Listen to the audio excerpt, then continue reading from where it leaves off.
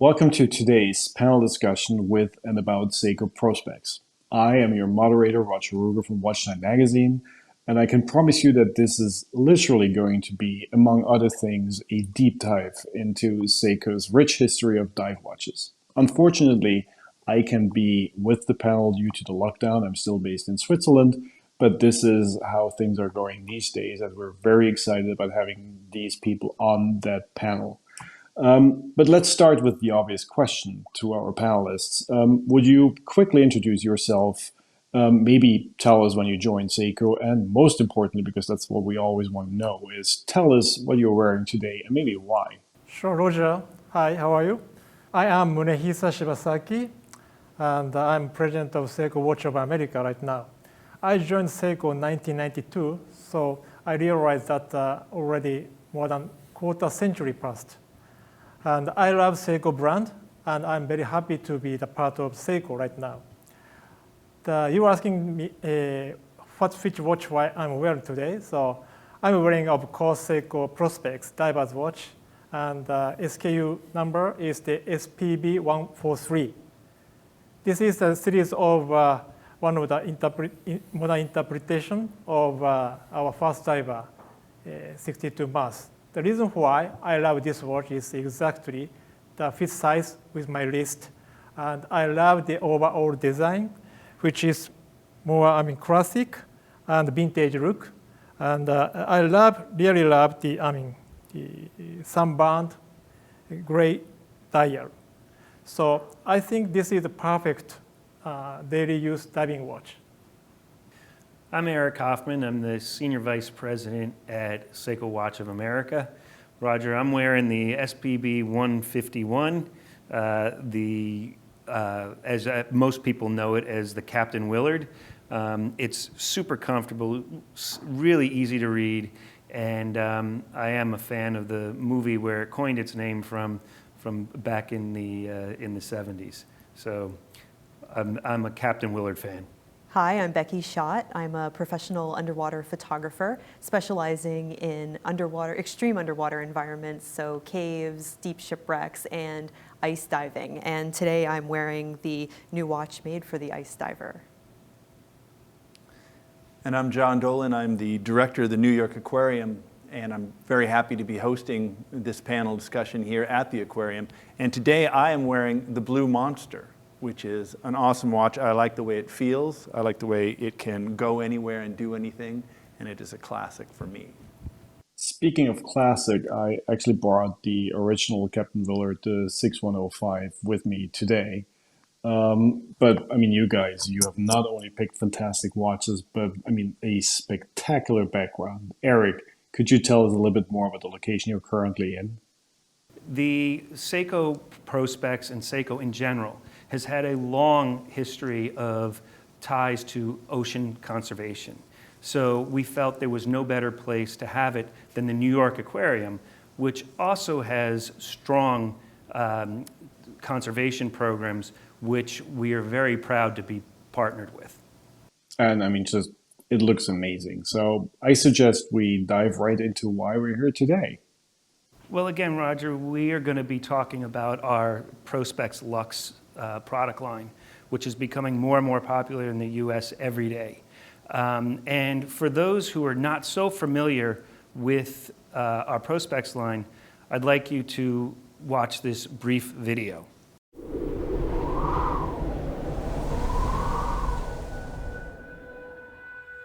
When adventurer Naomi Uemura climbed to the summit of Everest, I was there.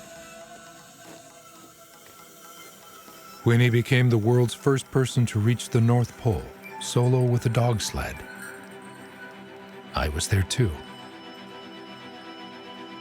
I've also shared adventures with many other challengers as they have fulfilled their ambitions. That wasn't a coincidence.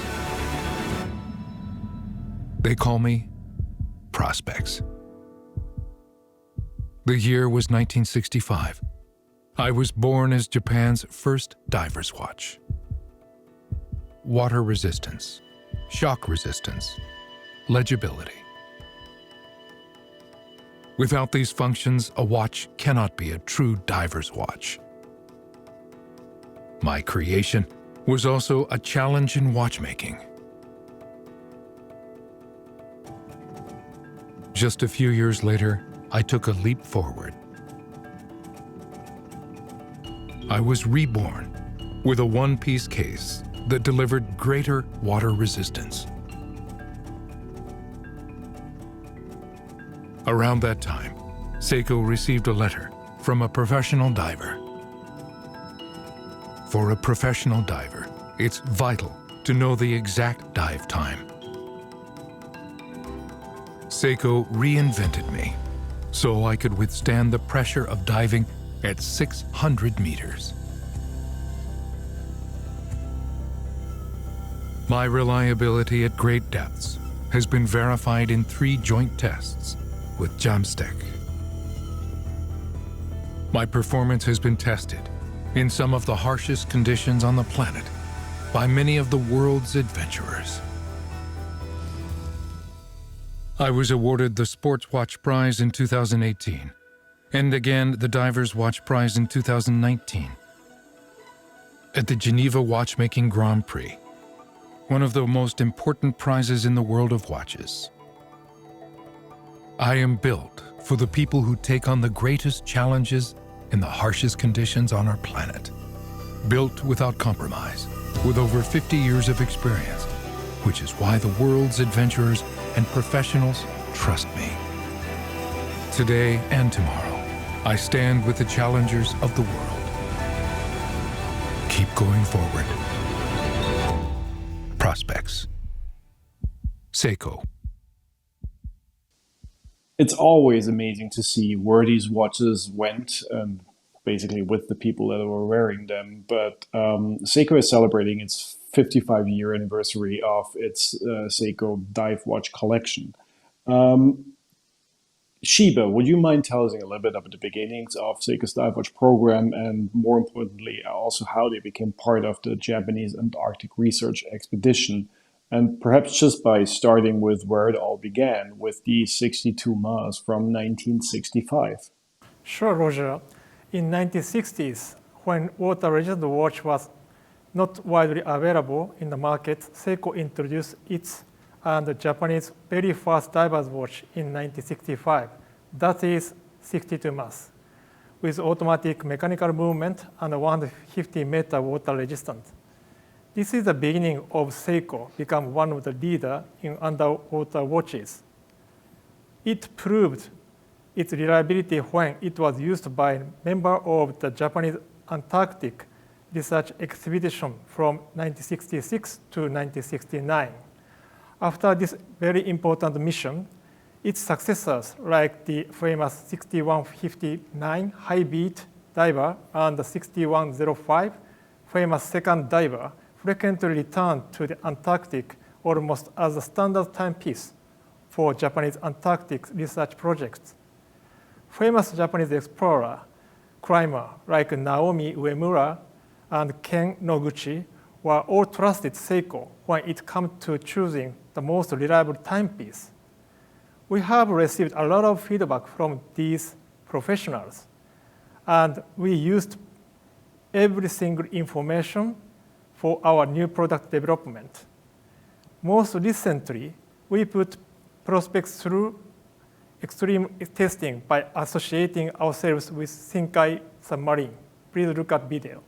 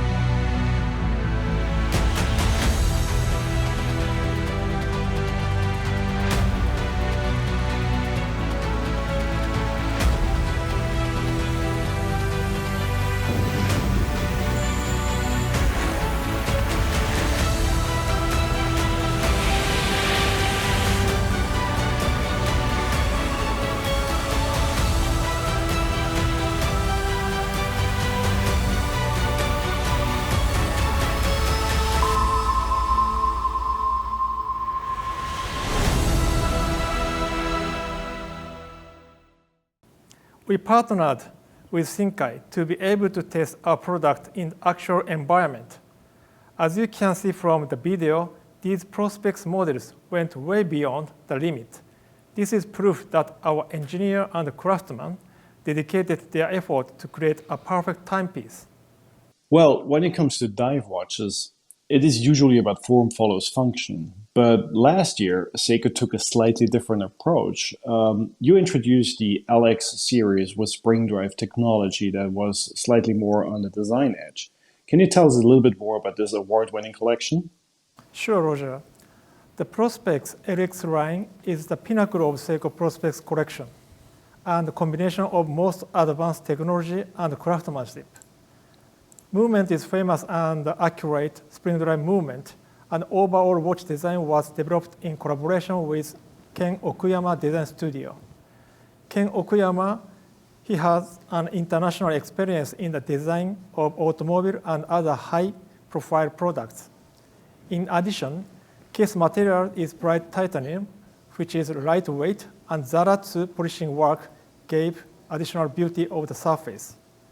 One of the remarkable achievements for Prospex LX was received Divers Watch Prize on Geneva Watch Grand Prix in 2019 among Swiss watch competitors.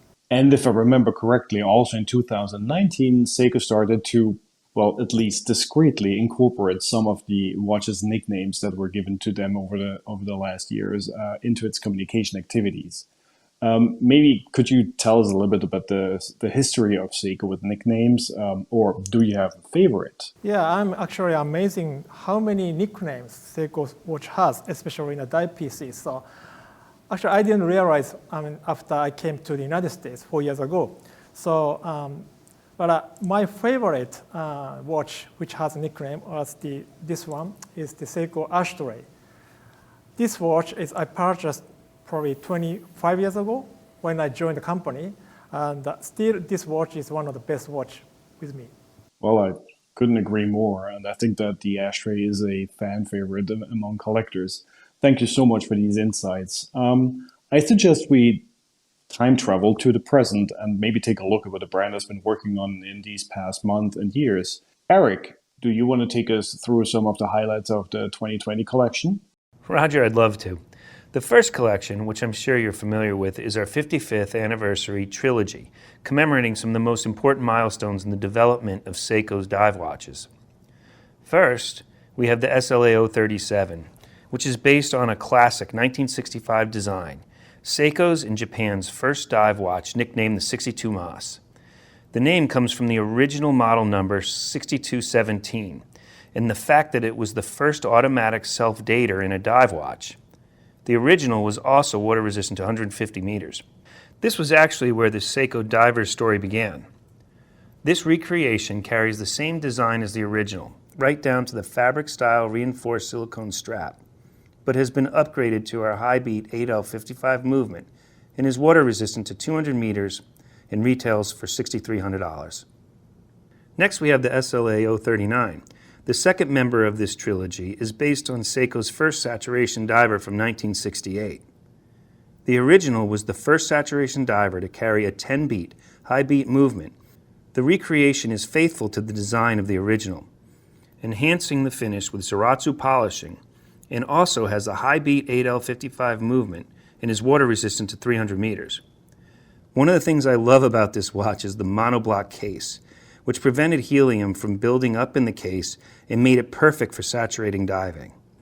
This piece retails for $6,800. Finally, we have the SLA 041, which is based on the 1975 professional saturation diver, whose existence is partially owed to a now famous letter from a professional diver asking Seiko to create a diver's watch that could stand up to the rigors of the deep sea.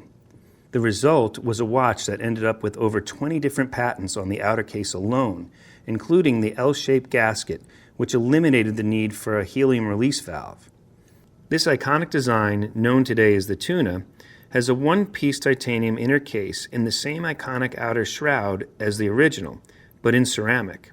It has special ever-brilliant steel incorporated on the bezel and is water-resistant to 1,000 meters. This watch retails for $4,500. Each watch from the trilogy is limited to 1,100 pieces. It really is an incredible collection of timepieces. Building on the legacy of the iconic 1965-62 Mas, we have reinterpreted the design with contemporary styling, upgraded materials, and a superior 24-joule automatic 6R35 movement and water resistance to 200 meters. The new SPB 143 is this year's ad style and keeps the design of the original with a slightly larger 40.5 millimeter case, but sleeker and thinner than previous interpretations. This piece retails for $1,200. In addition to the gray dial, we have a 55th anniversary limited edition, the SPB 149. It has the same blue-gray theme as the trilogy models, but with a bracelet, and comes with an additional silicone strap. This watch is limited to 5,500 pieces and retails for $1,350. Next we have LX. The Prospex LX collection mirrors the lines of the famous 1968 divers, but is updated with Seiko's proprietary spring drive movement with an accuracy of plus-minus 1 second per day. Adding to this collection, we have the new SNR 049, a spring drive GMT model with a dramatic blue and black gradation dial, which is inspired by the stratosphere. The case and bracelet are titanium with super hard coating. It has a sapphire GMT bezel and retails for $5,500. After the introduction of the 1965-62 Mas, our dedicated engineering team remained focused on pushing the limits of high-intensity watchmaking technology. An exceptional example was the 1970 design, which set a new standard in dive safety with its recessed crown at 4 o'clock, an iconic case design creating a built-in crown guard. The new interpretation of this well-known design, SPB 153, features the same iconic case shape and recessed crown as the original, with a slightly smaller and thinner case, which hugs the wrist better and is more comfortable for everyday use. The new version of the Captain Willard, with its green dial with matching elapsed time bezel, is a subtle nod to the movie that gave it its nickname. This watch retails for $1,100.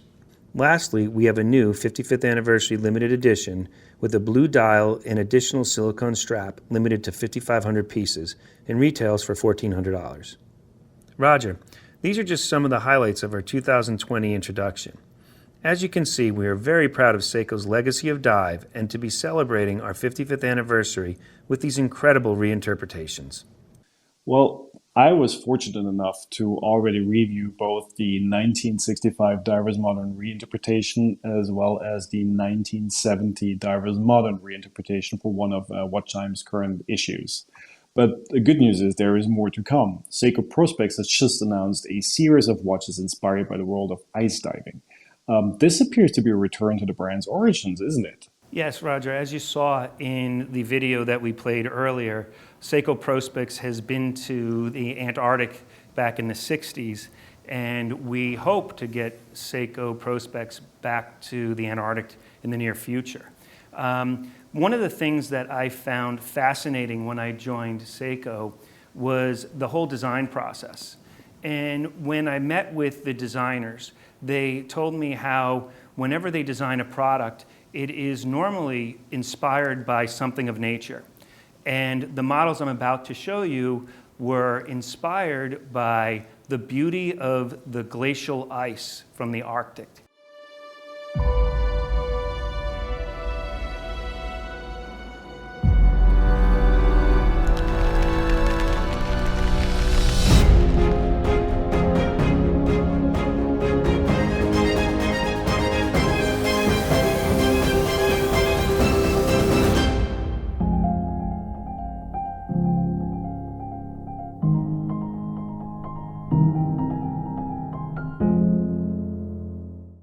With a rich history of durability in the harshest conditions, Seiko divers quickly became the go-to watch for high-intensity exploration. These new Prospex, built for the ice diver, U.S. Special Editions, pay tribute to the durability of Seiko watches in the coldest and iciest conditions. They feature our 6R35 mechanical movement with a power reserve of approximately 70 hours. As I mentioned earlier, their three-dimensional dials in green, blue, and light gray are inspired by the various colors light creates when reflected on glacial ice. Complete with matching elapsed time bezels, LumiBrite hands and markers, and topped with a scratch-resistant sapphire crystal and magnified date window, these new U.S. special editions are water-resistant to 200 meters and retail for $900 each. Well, this is yet another collection of true dive watches with an authentic history. I assume they will be called iSumos, but we will see. But I do know that I really look forward to seeing them in the flesh as soon as possible. And going through the comments on our website, I'm not the only one that really wants to see them on the wrist. Thank you very much, Roger. These are truly beautiful timepieces, and we are all very proud of our designers in Tokyo for delivering such amazing product. One thing I would like to touch on, which you mentioned, was authenticity. And Prospex is truly an authentic dive watch. And with our Prospex Built for the Ice Diver collection, we have partnered with a truly authentic ice diver. Her name is Becky Schott. Becky Kagan-Schott has devoted her life to the underwater world for nearly 24 years. As a photographer, videographer, instructor, and explorer, Becky has dived from pole to capture indelible images below the surface. As a young diver, Becky was inspired by underwater photography. Now, the Emmy Award winner produces incredible stories from deep beneath the surface. She is passionate about sharing these wonders with others to educate and stimulate the imagination.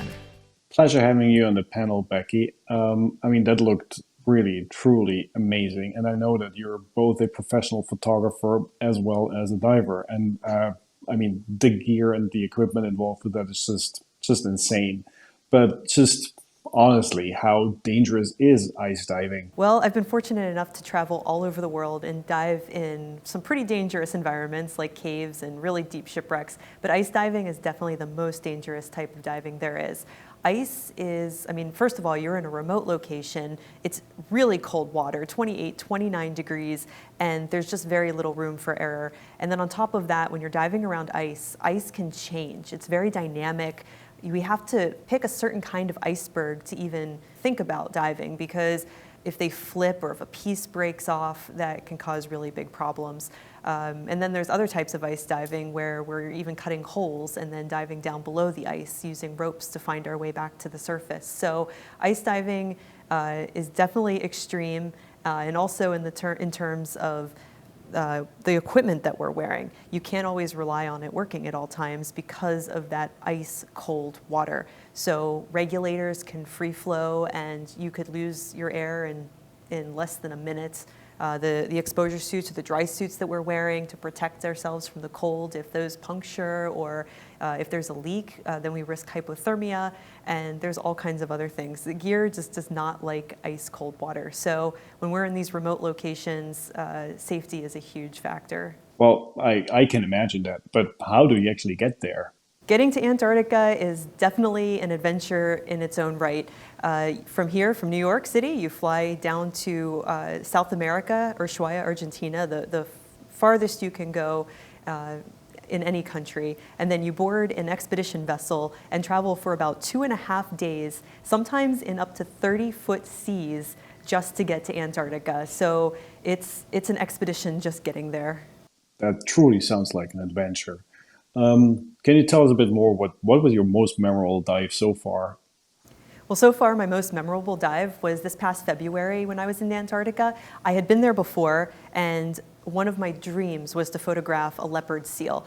And I didn't get that chance 2 years ago when I was there. And towards the end of my trip this past February, I actually had a flooded dry suit, so I was really cold. I got out of the water early, and then I heard that there was a leopard seal close by. So we went over, and we were able to get in the water with it for about 90 minutes. And this was truly a memorable dive, because here you are at the bottom of the planet in one of the most remote places you could possibly be, surrounded in ice. And here is this majestic, very large seal which is also an apex predator, just zipping around underneath me. It would come up to the camera and touch its nose to the camera. And to have wildlife interact with you like that, it's really a treat and it's a memorable experience. Well, that sounds just amazing. You mentioned before the dangers and how reliable your equipment has to be. I mean, that brings me to the obvious question: how do you personally use a dive watch?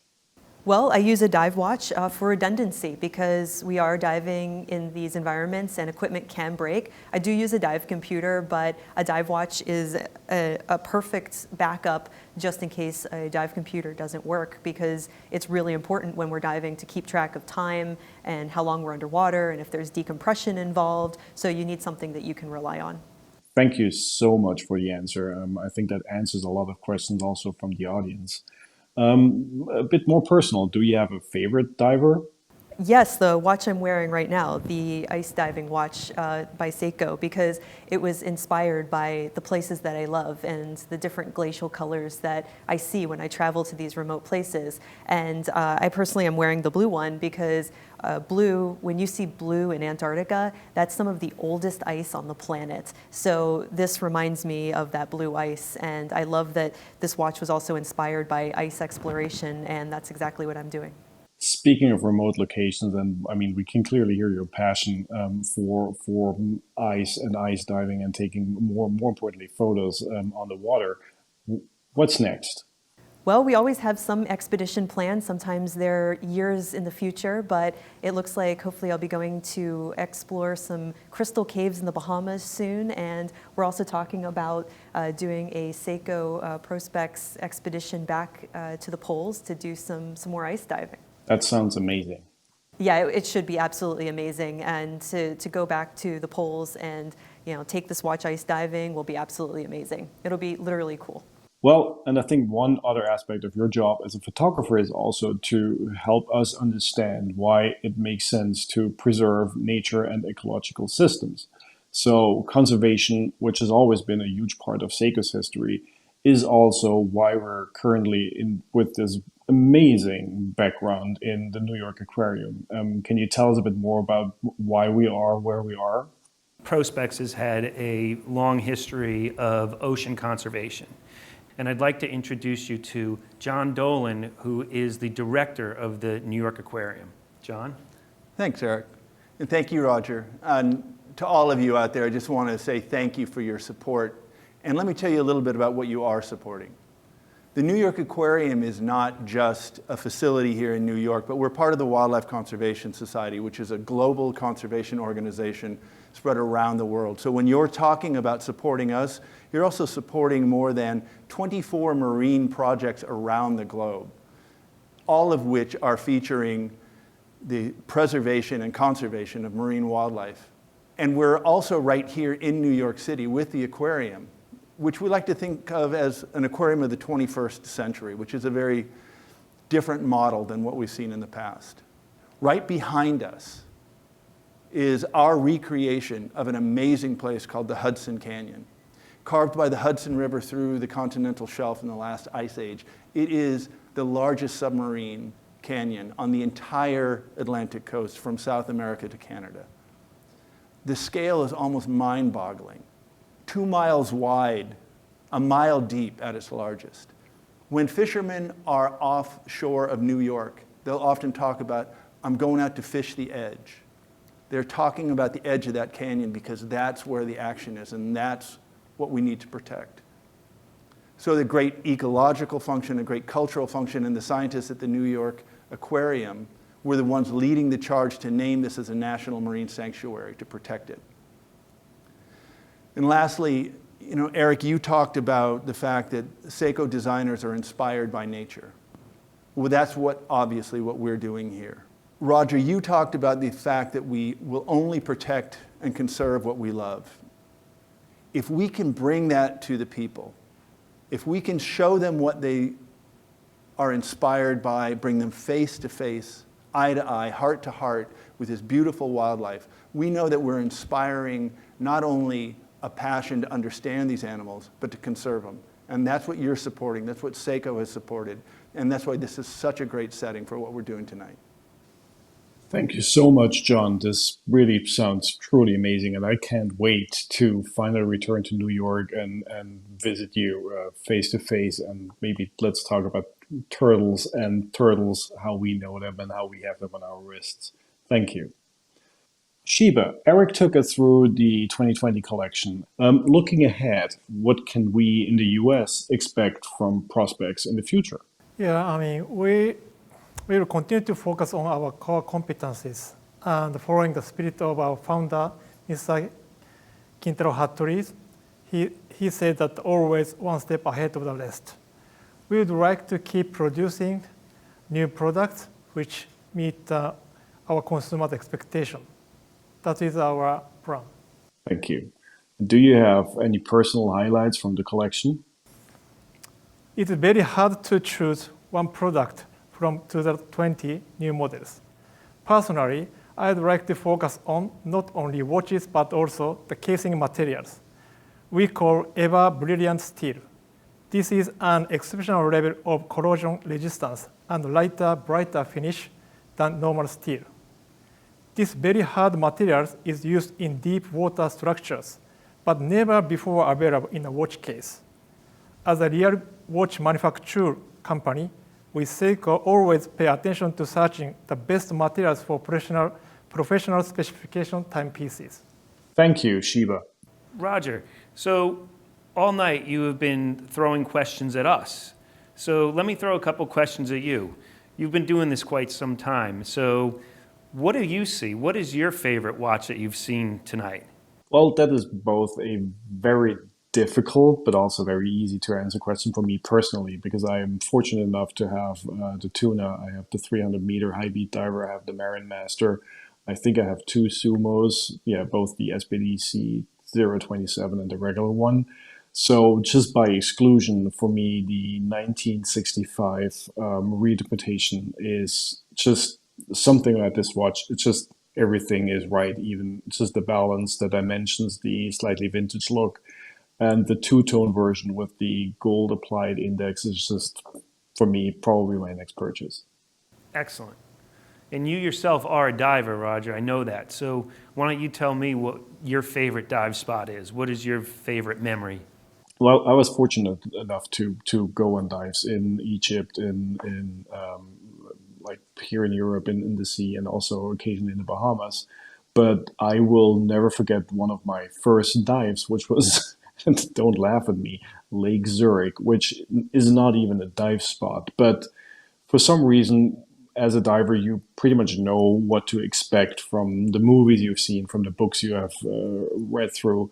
But I have never really understood how a boring lake looks beneath the surface. So this for me was really different, and I really started to appreciate the fact that freshwater dives do not necessarily require you to wash and rinse your material as thoroughly as you have in salt water. Thank you very much, Roger. Really appreciate your time. Well, thanks everyone for providing us these insights and thought about how these products are created and at the end of the day also used, and the impact they make even beyond us watch collectors and watch enthusiasts. Sadly, we couldn't do the whole thing in one room, but I'm very much looking forward to meeting you all soon again. And I think we're all very excited about getting some questions from the audience.